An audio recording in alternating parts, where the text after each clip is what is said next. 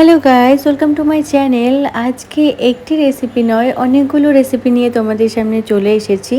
তো পোলাও, পনির তরকারি আর বেগুনি আর মিষ্টি কুমড়ো দিয়ে মিষ্টি কুমড়োর চপ। তো তোমরা ভিডিওটা দেখতে থাকো। প্রথমে আমি গোবিন্দভোগ চাল নিয়েছি মোটামুটি 4 কাপের মতো। তো তোমরা তোমাদের পরিমাণ মতো চালটা নিয়ে নেবে। এরপরে আমি চালটা খুব ভালো করে ধুয়ে জল ঝরিয়ে রেখে দেব মোটামুটি 5 মিনিটের মতো। এরপরে সামান্য একটু নুন দিয়ে দেব, একটু চিনি দিয়ে দেব, এরপরে গরম মশলার গুঁড়ো দিয়ে দেব। এবারে পরিমাণ মতো আমি একটু ঘি দিয়ে দেব আর সর্বশেষে দিয়ে দেব আদা বাটা। তো এই সব উপকরণগুলো একসঙ্গে খুব ভালো করে মেখে নিতে হবে।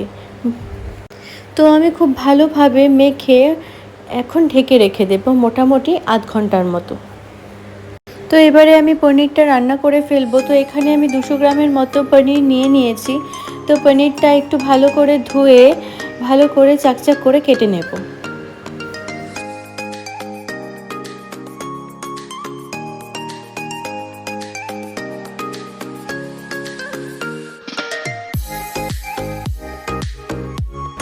তো আমার সব পনিরগুলো কাটা হয়ে গেছে। এবারে আমি একটু নুন আর একটু হলুদ দিয়ে পনিরগুলোকে মেখে নেব।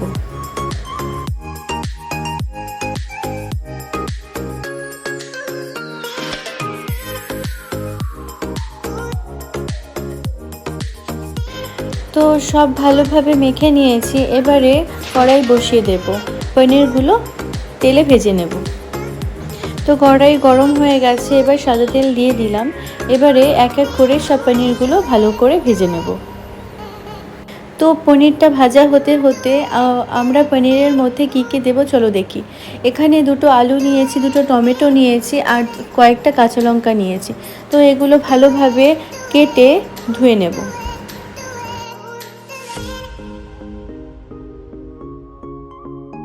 তো তোমরা দেখতেই তো পাচ্ছ, এখানে আমি ছোট ছোট করে কেটে নিয়েছি। যেহেতু পনিরটা একটু চারকোঞ্চ টাইপের ছোট ছোট করে কেটেছি, তো সেই মাপ করে আমি আলু আর টমেটোটা কেটে নিয়েছি। এবার কেটে রাখা সবজিগুলো খুব ভালো করে জল দিয়ে ধুয়ে নেব।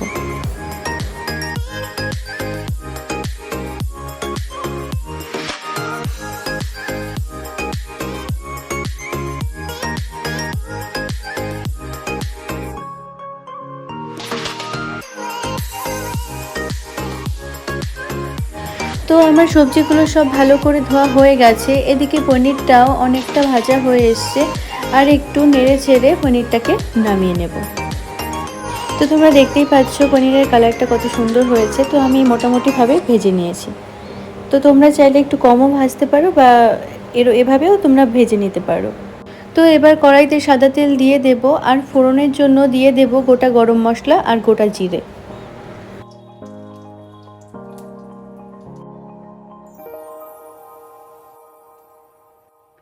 এবারে কেটে রাখা আলুগুলো সব দিয়ে দেব আর একটু নাড়াচাড়া করে নুন আর একটু হলুদ দিয়ে ভালো করে মিশিয়ে নেব।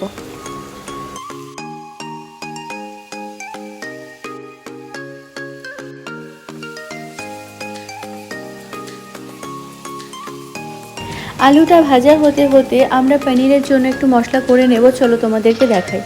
তো আমি এখানে নিয়েছি কেটে রাখা টমেটো, কতগুলো কাঁচা লঙ্কা আর পোস্ত আর কয়েকটা কাজু বাদাম।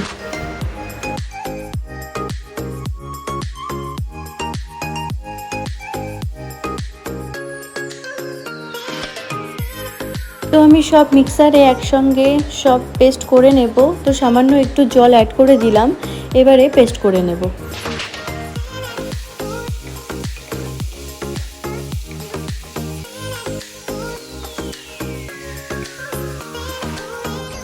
তো আলুটা অনেকটা ভাজা হয়ে এসছে। তো একটু নাড়াচাড়া করে আমরা মিক্সারে যে পেস্টটা করেছি তো সেটা ঢেলে দেব।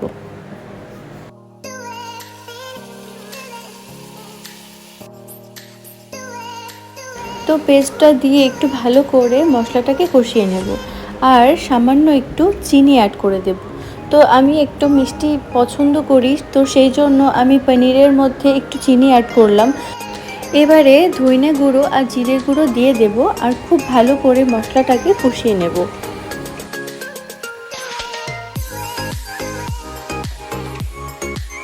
তো মশলাটা অনেকটা কষে এসেছে, এবার দুটো কাঁচা লঙ্কা দিয়ে দেব আর খুব ভালো করে নাড়াচাড়া করতে থাকবো।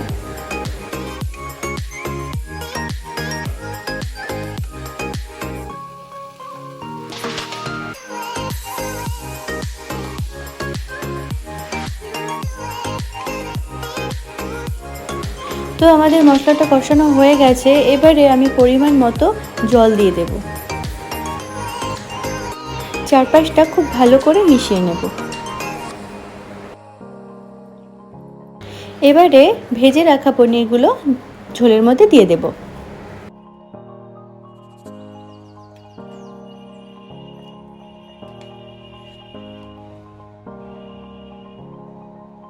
তো ঝোলটা ফুটে উঠেছে, তো দেখো জাস্ট কালারটা কেমন এসছে।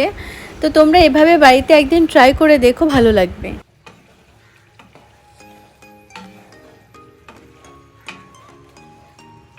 তো রান্নাটা অনেকটা হয়ে এসেছে, তো এভাবে আমি কিছু সময় ধরে নাড়াচাড়া করতে থাকবো এবং শেষে একটু গরম মশলা আর ঘি দিয়ে নাড়াচাড়া করে নামিয়ে দেব।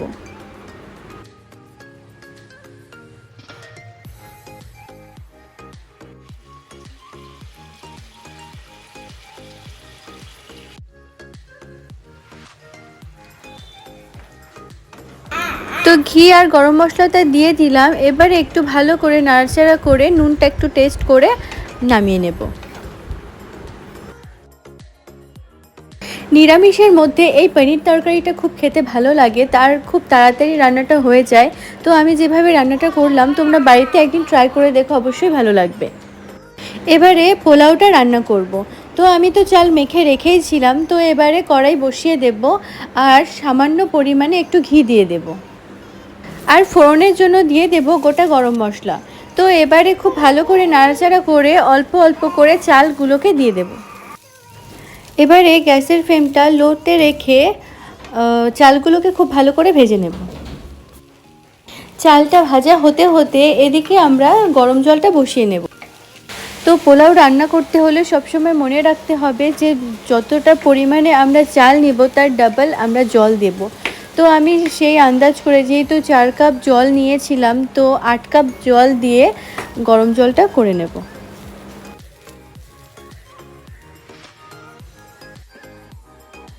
তো আমি যে গ্লাসের মাপ করে চালটা নিয়েছিলাম সেই গ্লাসের মাপ করে আমি জলটা এক এক করে দিয়ে দিচ্ছি। তো এখানে 8 কাপের মতো আমি জল বসিয়ে দিলাম। এবারে পোলাওটা খুব ভালো করে নাড়াচাড়া করতে থাকবো যতক্ষণ না পর্যন্ত জলটা ফুটে ওঠে।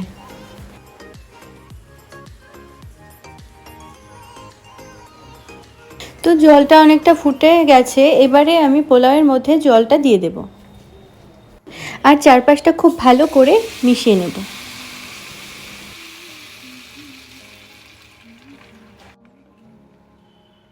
তো এবারে খুব ভালো করে নাড়াচাড়া দিতে হবে, যেহেতু এটা গোবিন্দভোগ চাল, তো নিচে যদি নাড়াচাড়া না করা হয় তো লেগে যাওয়ার সম্ভাবনা থাকে, সেই জন্য খুব ভালো করে নিচটা নাড়াচাড়া করে নিতে হবে যতক্ষণ পর্যন্ত জলটা শুকিয়ে না যায়।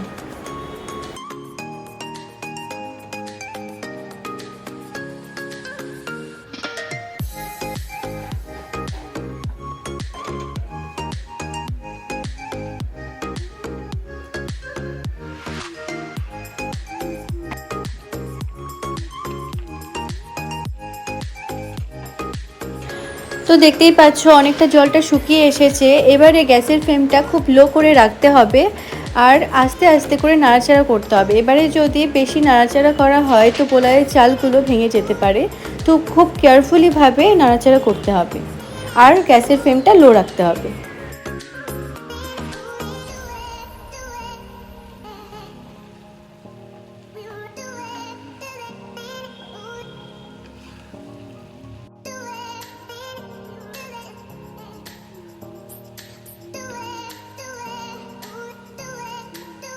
পোলাওয়ের জলটা পুরোপুরিভাবে শুকিয়ে গেছে, তো আমাদের চালটাও সেদ্ধ হয়ে গেছে। এবারে ঢেকে রাখবো মোটামুটি 5 মিনিটের মতো।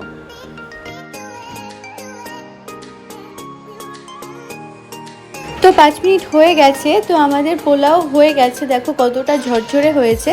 তো এবারে আমরা নামিয়ে নেব। এবারে মিষ্টি কুমড়ো আর বেগুনটা খুব ভালো করে পেশিয়ে কেটে নেব। তো দেখো আমি দুটোই কেটে নিয়েছি, এবারে জল দিয়ে ভালো করে ধুয়ে নেব।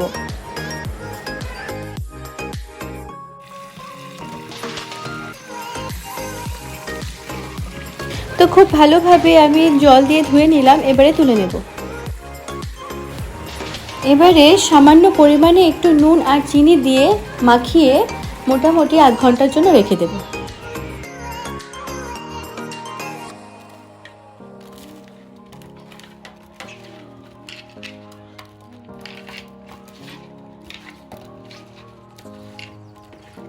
তো আমার খুব ভালোভাবে মাখা হয়ে গেছে, এবার ঢেকে দেব।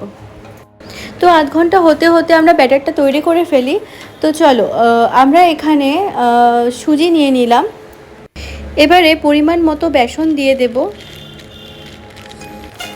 এবারে পরিমাণ মতো চালের গুঁড়ো দিয়ে দেব। তো বেসনের থেকে চালের গুঁড়োর পরিমাণটা একটু বেশি দেব, কেননা খেতে একটু মুচমুচে হবে, আর বেসন দিলে অতটা মুচমুচে হয় না। তো আমি চালের গুঁড়োর পরিমাণটা একটু বেশি দিয়ে দিলাম।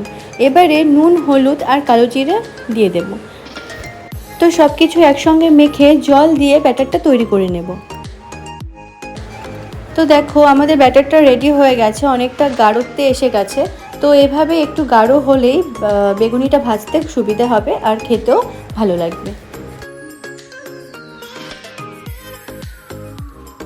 তো ব্যাটারটা আমাদের হয়ে গেছে, এবারে আমরা তাওয়া বসিয়ে দেব। তো তাওয়াটা গরম হলে তেল দিয়ে দেব। তো আমি তেল দিয়ে দিলাম। তেলটা গরম হলে একটা একটা করে বেগুন আর মিষ্টি কুমড়োগুলো ভেজে নেব।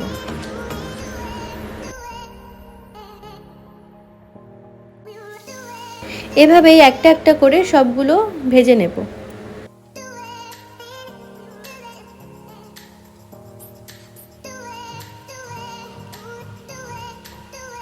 এক পাশটা অনেকটা ভাজা হয়ে গেছে, তো এবারে একটা একটা করে উল্টে দেব।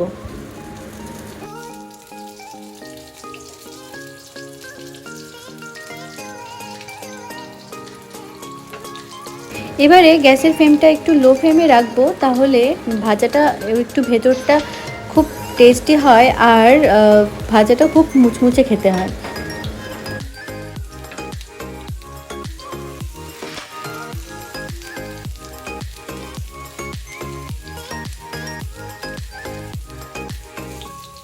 তো আমাদের বেগুনি আর মিষ্টি কুমড়ার চপ অনেকটা হয়ে এসেছে, একটু উল্টে উল্টে নামিয়ে নেব।